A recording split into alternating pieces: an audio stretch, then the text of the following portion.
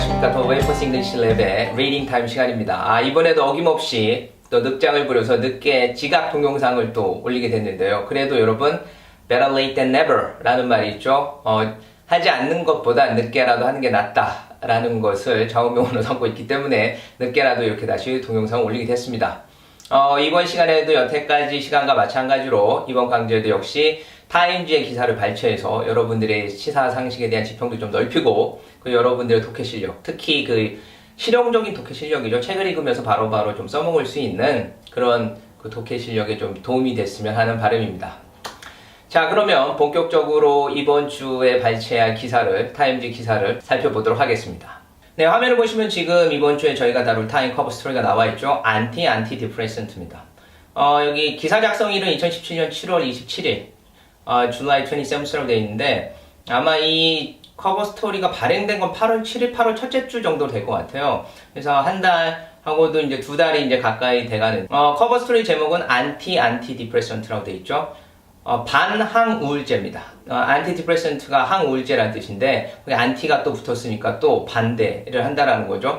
무슨 말이냐면은 그 항우울제라는 것이 그 우울증 환자들에게 처방되는 처방약이잖아요. 근데 이게 그렇게 모든 사람들한테 동일하게 그리고 빠르게 효과가 나타나지 않는다라고 그래요. 그런데 지금 이 기사는 그 중에서도 지금 특히 빠르게 그리고 모든 사람들한테 동일하게 효과가 나타날 수 있는 약이 지금 개발되는 중이다라는 희소식을 전해주고 있는 그런 기사입니다. 그런데 지금 현재 쓰이는 그 항우울제 같은 경우에는 약을 처방하더라도 그 자살 충동을 억제하기는 약간 좀 역부족이다라고 얘기를 하는데 적어도 지금 개발되고 있는 신약은 적어도 삶에 대한 그 희망, 끈은 놓지 않게끔 이렇게 붙잡아주는 역할을 해줄 수 있다라고 그렇게 지금 보고가 되고 있거든요. 기사 내용에서는. 이 기사에서 가장 재밌는 부분이 뭐냐면 우울증 증상을 여태까지 인류가 역사상 어떻게 대해왔으며 연구를 해왔으며 또 어떻게 진단을 했으며 어떻게 거기에 대해서 처방을 내렸는가에 대해서 역사적으로 그리스 시대에서부터 현대에 이르기까지 그것을 쭉 정리를 해놨어요. 그래서 그 기사 부분을 발췌해서 한번 해석을 해볼 거고요. 그리고 거기서 우리가 살펴볼 문법 구문들이 몇 개 나옵니다. 하나는 나런틸 구문이 하나가 나오고 그 다음에 이때 강조 구문이 나옵니다. 그 두 가지를 차근차근 살펴보면서 자, 일단 그러면은 리포팅 내용을 한번 보도록 하겠습니다. 그럼 우선 본격적으로 저희가 오늘 다룰 본문은 막바로 들어가기 전에 그 앞부분에 좀 재미있는 관용 표현이 몇 개 나옵니다. 이런 관용 표현들은 좀 알아두면 나중에 뭐 독해를 할 때도 다 도움이 되니까 이 관용 표현 한 3가지 정도만 찍고 그러고 나서 본격적으로 본문으로 들어가도록 하겠습니다. 일단 첫 번째 관용 표현은 뭐냐면 put on ice입니다. put on ice 하면은 원래 목적어가 사이에 들어가요. put A on ice인데 뭐 목적어가 뒤로 보내는 경우도 있습니다. 그래서 put A on ice 하면은 목적어를 A를 on ice에 놓다, 얼음 위에 놓다 라고 되어 있는데 해석은 연기하다, 미루다 이렇게 해석이 된대요. 그래서 본문에는 이렇게 사용되고 있네요. Hallie quit college and put on ice his ambitions to become a screenwriter. 헨리는 대학을 그만두고 그리고 극작가가 되겠다는 그의 야망도 잠시 미뤘다. 이런 식으로 해석이 되네요. 그리고 두 번째는 at last count라는 단어입니다. at last count. 마지막으로 셌을 때, 즉 마지막 조사에서 이 뜻이에요. 마지막 통계에서 마지막 통계니까 이제 가장 최근의 통계에서라는 뜻이겠죠. 문장을 보면 at last count, about 12% of Americans took antidepressants. 최신 통계에 의하면 약 미국인의 12% 정도가 항우울제를 복용하고 있습니다. 이렇게 되어 있네요. 그렇죠? 우리는 그 약을 먹다라는 표현, 약을 복용하다라는 표현을 쓰는데 얘는 그 복용하다 먹다가 take라는 동사를 쓰고 있으니까 참고로 알아두시면 나중에 뭐 영작 같은 거 할 때 좀 편리하겠죠. 그리고 그 다음 표현을 보면 kick in이라고도 하는데 kick in이라는 표현은 영화에서도 많이 나오고 굉장히 많이 나와요. 여러 가지 뜻이 있습니다. 맨 처음에 뭐 kick in 하면은 말 그대로 걷어차다라는 뜻도 있어요. 혹은 뭐 십시일반처럼 이렇게 모아주다. 근데 이 문장에 보면은 이렇게 without 해석을 해볼까요? Without waiting the typical 4 to 8 weeks it takes for antidepressants to kick in 하면은 지금 for antidepressant 같은 경우에는 지금 그 의미상의 주어거든요. 그래서 it 진주어 가주어 구문 정도로 보시면 되는데 항우울제가 kick in 하기까지 걸리는 전형적인 4주에서 8주 정도를 기다리지 않아도 된다. 뭐 이런 식으로 해석이 되고 있거든요. 그렇다면 항우울제가 킥인 되는데 걸린다? 항우울제가 효과가 있다라는 뜻이에요. 그래서 킥인 하면 여기서는 효과가 있다라는 뜻입니다. 킥인 같은 단어는 굉장히 많이, 특히 영화에서도 굉장히 많이 사용되는 그 관용구니까 좀 알아두시기 바랍니다. 좋아요. 그러면은 본격적으로 한번 우울증의 역사에 대해서 한번 살펴보도록 하겠습니다. In the 5th century BC, Hippocrates believed that body was made up of four humors and that too much black bile, the humor secreted by the spleen, result in melancholia 라고 되어 있네요. 히포크라테스 하면은 그리스의 의학자인가요? 요즘에도 의학과 졸업하고 그 의사가 될 때 다 히포크라테스 선서를 하죠. 기원전 5세기에 히포크라테스는 믿었습니다. be made up of 하면은 뭐뭐로 구성되다라는 뜻입니다. 인간의 몸이 four humors, 4개의 휴머로 구성되어 있다고. 휴머 하면 여러분 아시다시피 유머거든요. 유머라는 뜻도 있지만 뭐 성질, 기질이라는 뜻도 있는데 여기선 체액이에요. 체액. 몸에 흐르는 액체 있죠. 그거를 휴머라고 합니다. 그래서 저희는 체액이라고 해석할게요. 4개의 체액으로 구성되어 있다고 믿었습니다. And that, 여기서 that은 believe that 다음에 나오는 that과 병렬구조입니다. 그리고 또 that이라고 믿었습니다. Too much black bile, 너무 많은 담즙. 블랙 바일이 뭐 담즙인데 뭐 이자액이래요. The humor secreted by spleen이라고 되는데 secret은 비밀, 명사가 아니고 여기서는 분비하다, 내뿜다라는 뜻이에요. 그래서 spleen, 이자죠. 이자에 의해서 뿜어진 그 휴머, 체액인 너무 많은 블랙 바일은 result in melancholia. 멜랑콜리아는 우울증, 우울한 기분을 말하는 거예요. 우울한 기분을 초래한다 라고 믿었습니다 라고 되어 있네요. 이미 기원전 5세기에 히포크라테스는 우울증의 어떤 증상을 알아본 거예요. 그리고 그 원인은 뭘로 파악하고 있냐면 체액 중에 뭐 특정한 그 체액, 블랙바일이라는 그 체액이 너무 많으면 기분이 우울해집니다 라고 체액의 한 종류가 그 우울증의 원인이라고 본 겁니다. Melancholia as described by the Greeks. 그리스인들에 의해서 묘사되어지는 멜랑콜리아는 look a lot like depression today. 오늘날 우울증과 매우 비슷해 보입니다. The Greeks prescribed. prescribe는 처방하다죠. 그 그리스인들은 처방했습니다. Lifestyle treatment.